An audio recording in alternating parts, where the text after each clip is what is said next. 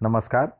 सावित्रीबाई फुले शिक्षण प्रसारक मंडळ संचलित श्रावणलाल मोदी विद्यालयामध्ये आपलं सर्वांचं स्वागत आहे. मी विज्ञान विषय शिक्षक सोनवणे भेटी. आज आपण इयत्ता 8वी मधील विज्ञान विषयातील chapter number 2 health and disease या पाठातील इन्फेक्शियस डिसीज म्हणजे काय हे शिकणार आहोत. In this section, we are going to take a look at infectious disease. Health.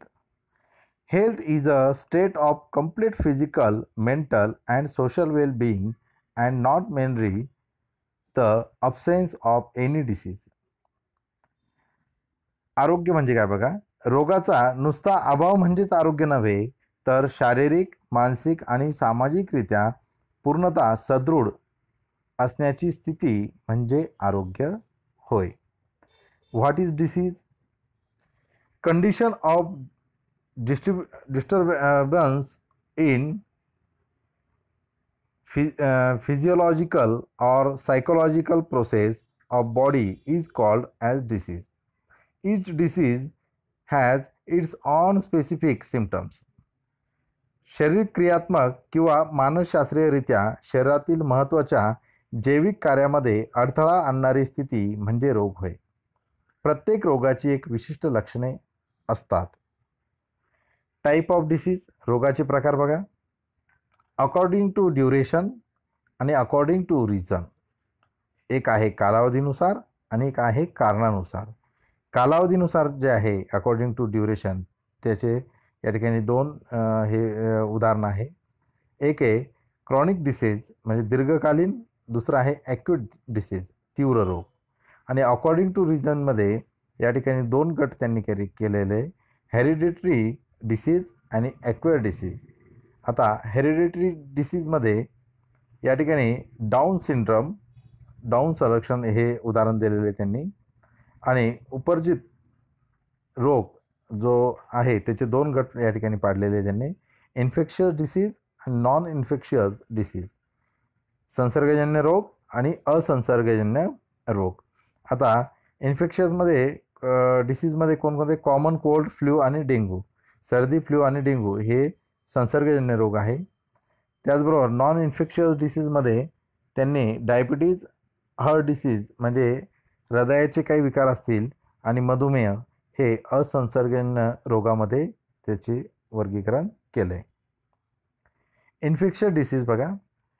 Disease spread through contaminated air, water, food or vectors are called as infectious disease. संसर्गजन्य रोग दूषित हवा, पाणी, अन्न किंवा वाहक म्हणजे कीटक वगैरे असतील किंवा प्राणी असतील याद्वारे पसरणारे रोग म्हणजे संसर्गजन्य रोग होय. Some important disease of present day. सद्यस्थितीतील काही महत्त्वाचे रोगांबद्दल आपण माहिती बघू. पहिला आहे dengue. Mosquitoes lay the eggs in water logged place and thereby their population increases. Different species of mosquito spread different disease. Dengue is spread by, या ठिकाणी डेंग्यूची त्यांनी सांगितलं की एडिस इजिप्ती प्रकारची जी जो डास असतो या डासापासून डेंग्यू हा संसर्ग होतो. आणि हा साठलेल्या पाण्यात सुरुवातीला काय करतो, अंडी त्या ठिकाणी घालतो आणि साठलेल्या पाण्यात अंडी घातल्यानंतर त्या ठिकाणी त्यांची वाढीस पोषक वातावरण निर्माण होऊन त्यांची संख्या काय होते, वाढत जाते. आणि हे फक्त हा जो डास आहे या डासामुळे डेंग्यू जो हा रोग होतो, तर हा डास खराब पाणी जे आहे, साचलेलं जे पाणी आहे त्या पाण्यामध्ये ते अंडी घालतात आणि त्या ठिकाणी त्यांचे प्रजाती वाढ होते आणि याचं नाव आहे एडिस इजिप्ती. हा या प्रकारचा डास आहे, त्यापासून आपल्याला डेंग्यू हा संसर्ग रोग होतो. This disease is cause by DEN 1 4 virus belonging to the type flavivirus. बघा, हा आजार फ्लेवी व्हायरस या प्रकारातील डेन 1 4 या विषाणूमुळे होतो. याचे सिम्पटम्स बघा. Acute fever and headache, vomiting. तीव्र ताप तीव्र डोकेदुखी आणि उलट्या होणे, त्याचबरोबर pain in eyes socket is very prominent symptoms. या ठिकाणी सर्वात महत्त्वाचे म्हणजे डोळ्यांच्या खोबणीत दुखणे, हे सुद्धा एक लक्षण त्याचं आहे. Decrease in platelets count that may lead to internal haemorrhage.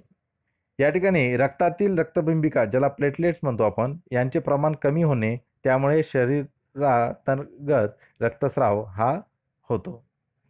अशा पद्धतीने डेंग्यू हा आपल्याला रोग होतो. तर मग आपण त्याचे लक्षणं तर तुम्हाला सांगितलेच आहे, पण काळजी काय घ्यायची की आपल्या घराच्या अवतीभोवती किंवा घरामध्ये गच्चीवर असेल, अंगणात असेल, ठीक आहे, आपल्या वाड्यात असेल, की जास्त दिवस पाणी साठलेलं पाणी राहणार नाही याची काळजी आपण घेतली पाहिजे. Swine flu, reason of infection. Swine flu संसर्ग होण्याची कारणे. Infection for swine flu occur through pigs and humans. Swine फ्लूचा संसर्ग डुक्कर या प्राण्याद्वारे तसेच माणसाद्वारे हा होतो. Virus of swine flu are spread through secretion of nose, through and saliva. बघा, स्वाईन फ्लूच्या विषाणूंचा प्रसार रोग्याच्या नाकातील व घशातील स्राव व थुंकीतून याचा होतो. Symptoms of swine flu. Swine फ्लूची लक्षणे बघा. डिफिकल्टी इन ब्रिथिंग, धाप लागणे किंवा श्वास घ्यायला त्या ठिकाणी अडथळा निर्माण होतो. त्याचबरोबर सोर थ्रोट, बॉडी पेन, घसा, थ्रोट जे आहे आपलं ते घसा खवखवणे व शरीर दुखणे, हे लक्षणं या ठिकाणी स्वाईन फ्लूचे दाखवलेले आहे.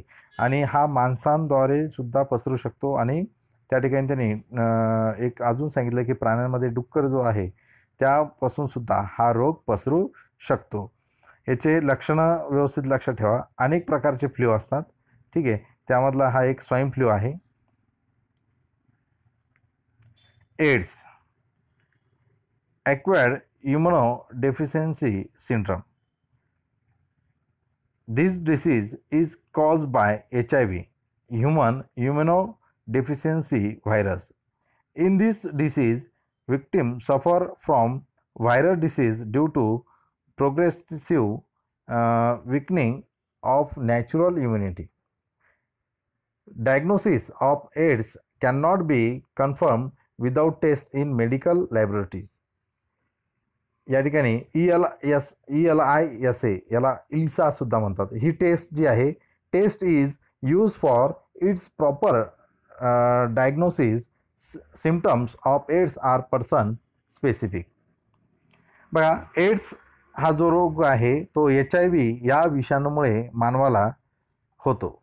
यामध्ये मानवाची नैसर्गिक रोगप्रतिकारशक्ती हळूहळू दुर्बल झाल्याने त्याला विविध रोगांची लागण होते. वैद्यकीय प्रयोगशाळेत केलेल्या चाचणीत निष्पन्न झाल्याशिवाय एड्सचे निदान निश्चित करता येत नाही. त्याचे नेमके निदान करण्यासाठी इलिसा म्हणजे ELISA ही रक्ताची चाचणी आहे. एड्सची लक्षणे व्यक्तिसापेक्ष असतात. जोपर्यंत त्या ठिकाणी तुम्हाला ती टेस्ट होत नाही लॅबोरेटरीमध्ये, तोपर्यंत एड्स झाला आहे हे आपण त्या ठिकाणी सांगू शकत नाही. त्याचं निदान त्या ठिकाणी करता येत नाही. इन्फेक्शन थ्रू ॲनिमल्स, प्राण्यांमार्फत होणारा रोग प्रसार बघा. Rabies, this is a viral disease. It occur due to the bite of the infected dog, rabbit, monkey, cat etc. Virus enter the brain via neurons. Heterophobia is one of the important symptoms of this disease. In this case, the victim show extreme fear for water. Rabies is fatal disease. However, fatality can be prevented by timely vaccination before onset of symptoms. Symptoms start to appear within 90 to 175 days of dog bites. बघा, rabies हा नावाचा रोग जो आहे तो rabies हा विषाणूजन्य रोग आहे. हा रोग संसर्ग झालेल्या कुत्रा, ससा, माकड, मांजर इत्यादींनी बाईट केल्यानंतर म्हणजे चावल्यानंतर आपल्याला होतो. या रोगाचे विषाणू मज्जातंतूद्वारे मेंदूत प्रवेश करतात. जलद्वेष हे या रोगाचे महत्त्वाचे लक्षण आहे. म्हणजे पाण्यापासून थोडी भीती वाटणे, पाणी न पिणे, पाण्यापासून दूर राहणे. या रोगामध्ये रोगी पाण्याला घाबरत असल्याने त्यास जलसंत्रास असेही म्हणतात. रेबीज प्राणघातक रोग आहे, मात्र रोग होण्यापूर्वी लस देऊन त्यापासून संरक्षण करता येते. कुत्र्या चावल्यानंतर या आजाराची लक्षणे 90 ते 175 दिवसात हे दिसू लागतात. कधीकधी आपल्याला एखादा कुत्रा चावला तर आपण समजतो की चला तो पाळीव कुत्रा आहे बाबा आणि काही नाही, डोळ्यासमोरच दररोज असतो, चुकून त्याने चावा घेतला. पण अशा गोष्टींकडे जर दुर्लक्ष केलं तुम्ही आणि त्याच्यामध्ये जर इन्फेक्शन झालेलं असेल त्या शरीरामध्ये, त्याला जर दुसऱ्या प्राण्याने जर चावलेला असेल, तो इन्फेक्टेड असेल, तर आपल्याला लक्षात येत नाही आणि तोच प्राणी आपल्याला चावतो आणि आपण दुर्लक्ष करतो. यापासून फार मोठा धोका आपल्याला होऊ शकतो. म्हणून तो पाळीव असू द्या किंवा पाळीव नसू द्या प्राणी, त्याने जर आपल्याला चावलं तर आपण लगेच डॉक्टरांचा सल्ला घेऊन त्या ठिकाणी ट्रीटमेंट केली पाहिजे. कारण याची लक्षणं जी आहे हे फार उशिरा कळतात, कधीकधी लवकरही कळतात, पण उशिरा कळल्यानंतर जर लवकर आपल्याला ट्रीटमेंट जर मिळाली नाही तर आपला मृत्यूसुद्धा होऊ शकतो. लेक्चर नंबर 5 मध्ये आपण चॅप्टर नंबर 2 मधील हेल्थ अँड डिसीज या पाठातील दुसरा घटक नॉन इन्फेक्शियस डिसीज हे अभ्यासणार आहोत. धन्यवाद.